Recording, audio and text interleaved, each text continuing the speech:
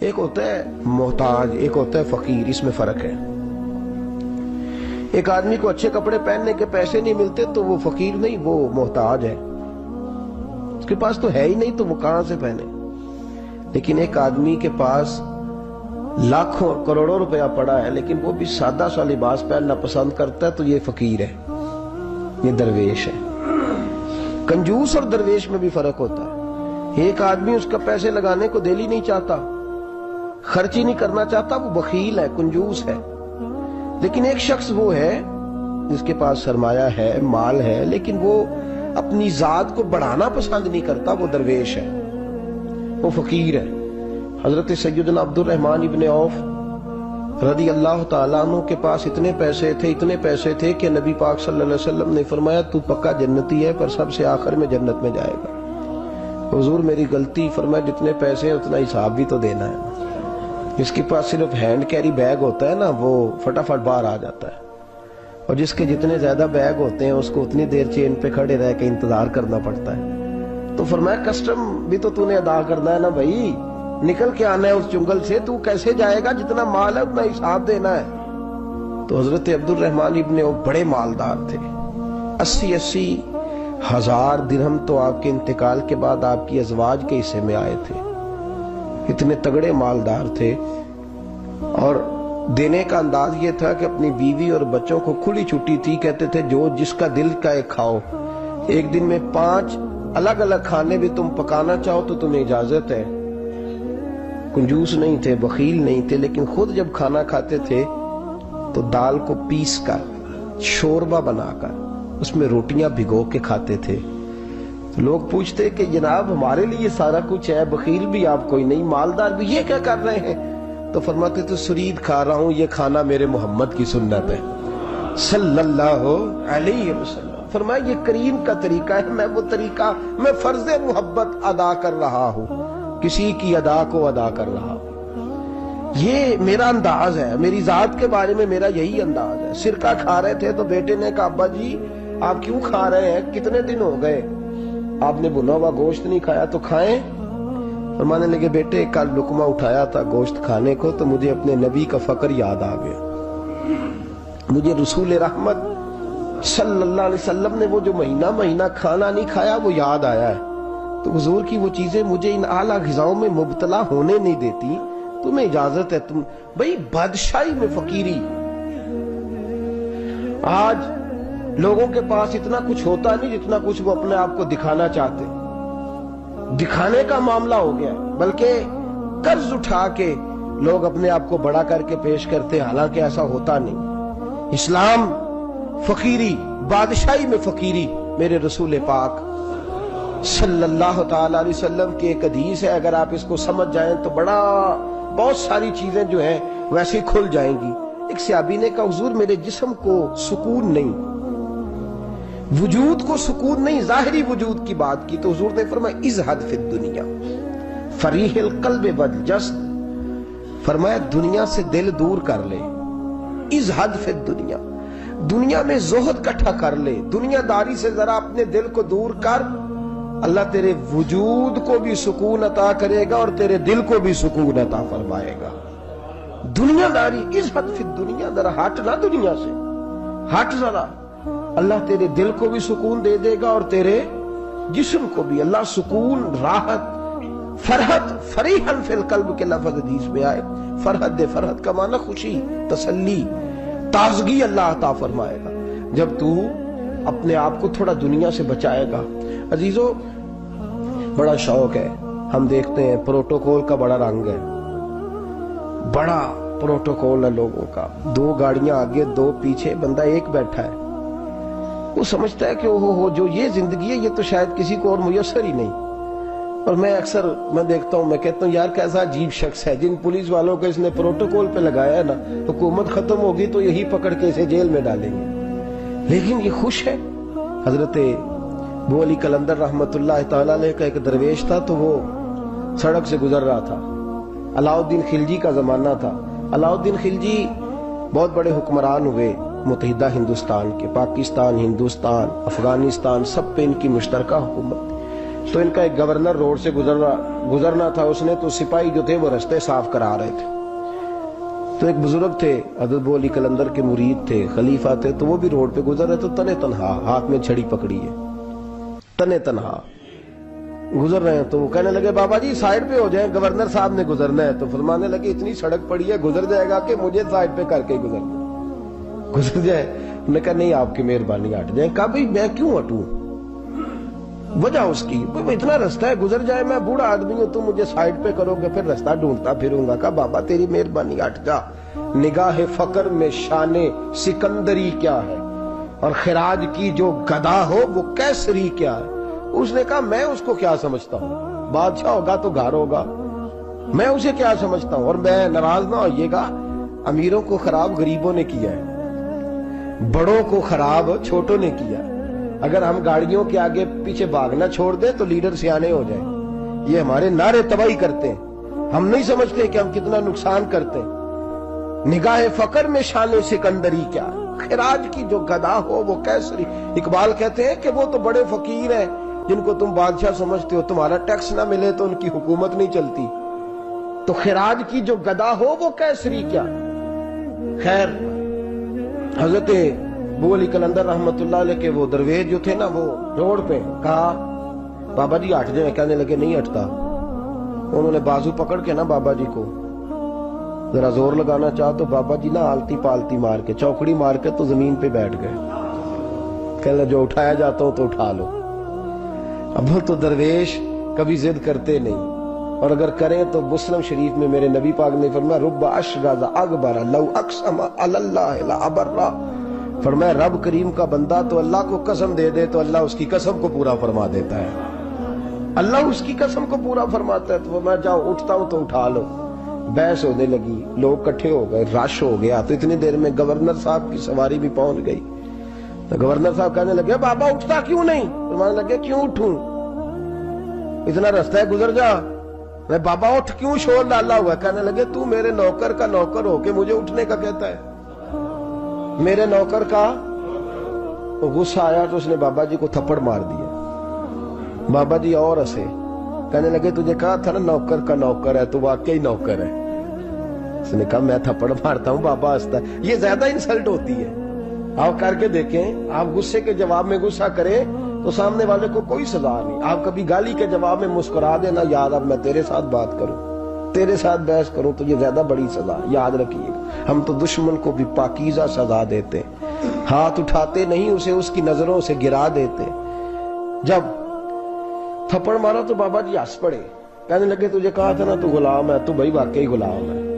اب جب ہنسے تو اب اس کو ڈھارس ہوئی، توجہ ہوئی، کہنے لگا بابا ماجرا کیا ہے، میں کیسے غلام کا غلام ہوں؟ تو بابا کہنے لگا دیکھنا تجھے مسجد آنے کا کہے تو تیرے لیے مصیبت ہے، اتنے لوگوں کو تو ٹائم دے لیتا ہے لیکن اللہ کو تو نہیں دے پاتا، تو نفس کا غلام ہے اور نفس میرا غلام ہے، لہذا تو میرے غلام کا غلام ہے، تو میرے نوکر کا۔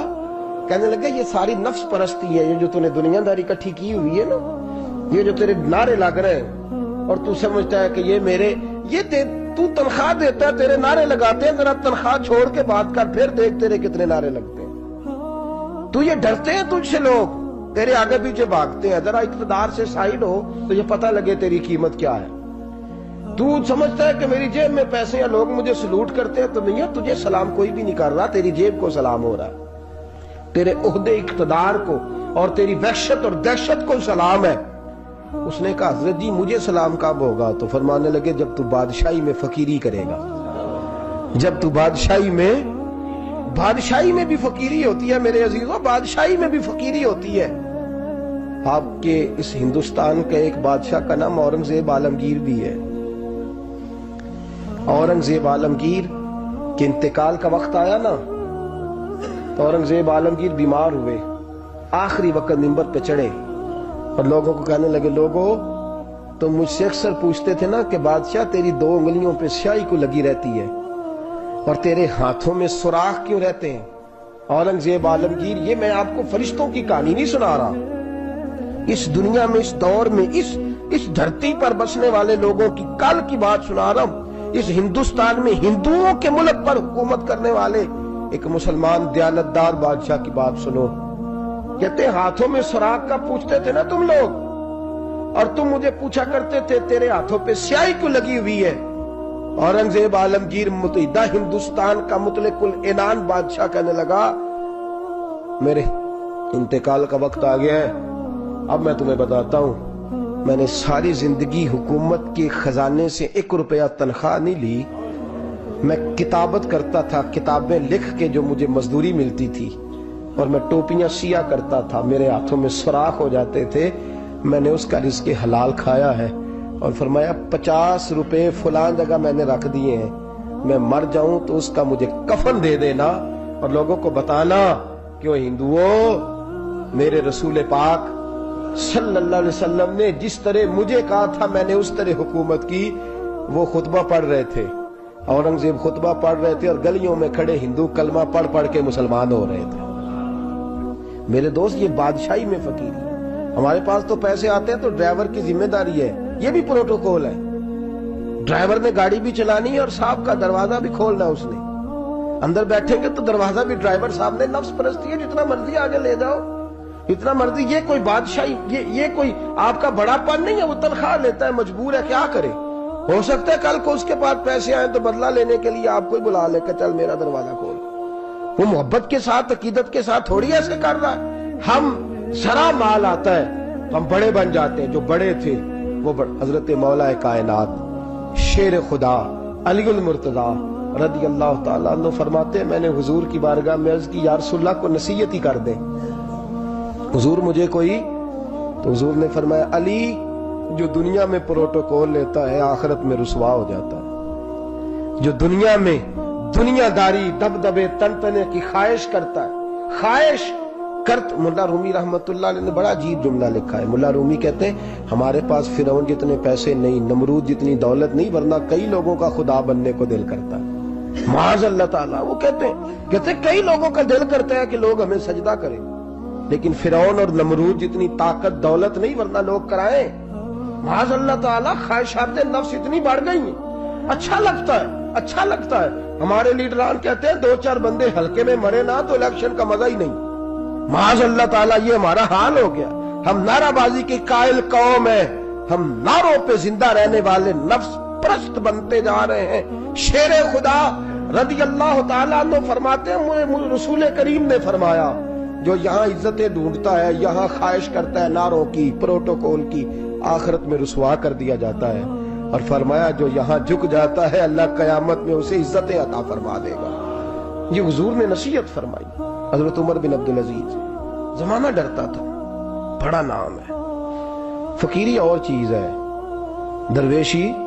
اقبال کہتے ہیں دیار عشق میں اپنا مقام پیدا کر, نیا زمانہ نئے صبح و شام پیدا کر. خدا اگر دل فطرت شناس کرے عطا تجھ کو, سکوت لالا و گل سے کلام پیدا کر. میرا طریق امیری نہیں فقیری ہے, خود ہی نہ بیچ غریبی میں نام پیدا کر.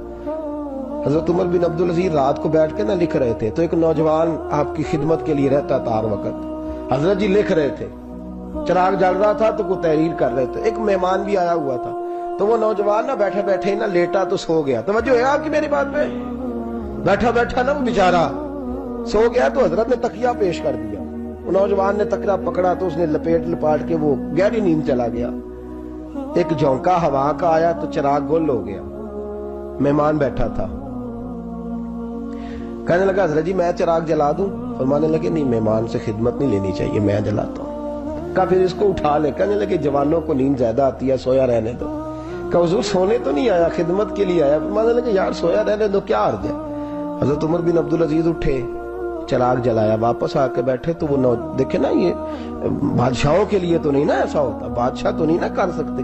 یہاں تو تھوڑا سا جس کے پاس پیسہ آ جائے وہ کہتا ہے کہ تو نوکر میرے منہ میں کبھی لقمہ بھی ڈال دے تو پھر ہی ہے.